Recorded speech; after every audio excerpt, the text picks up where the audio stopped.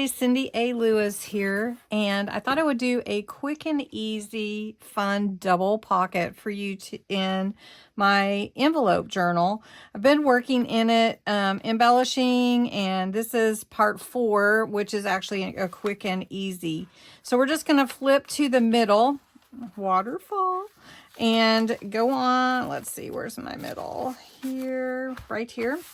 And we're going to do a double pocket. And so what I did, and to make it a double pocket, I just cut a piece of scrapbook paper from this paper pad, from the Knitwit Kindly Thoughts paper pad.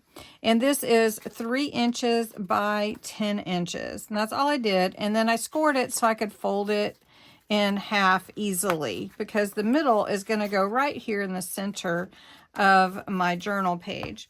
I'm going to take a little ink and vintagize, I call it, or you could call it inking. So since I did the score, I know exactly where I will put my pocket. Now it's going to not be exact to these pages. These pages are sort of irregular, but that's okay. So what I'm going to do is fold it in half, and then I'm going to take my glue. Now you don't have to glue the center, but I wanted to add some stability because these pages are rather thin, and I didn't want it pulling the page if I put something too strong in there. And then I'm going to go ahead, and this glue will bond with the paper really well, and it will hold it. Ooh, earthquake will hold it together. Sometimes I don't know whether to leave in those goofs or not, because they are goofs. All right. So now I have an easy double pocket on the inside. Super, super easy. Now you can see my pages are pretty thin. And so I've kind of avoided using a lot of glue that's liquid because of that. But I can cover this up, and that's fine. I will do that on another day. So then I want to embellish these little pockets, and I'm just going to take some of the ephemera that I have over here to the side and just add a little bit to make the pocket a little more attractive, and then I'll show you what I come up with. All right, I embellished the center of my journal.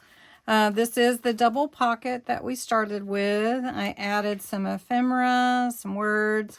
This is a demo that I've done before of creating a paper flower from a book page. Really, really fun. If you'd like to see that again, let me know.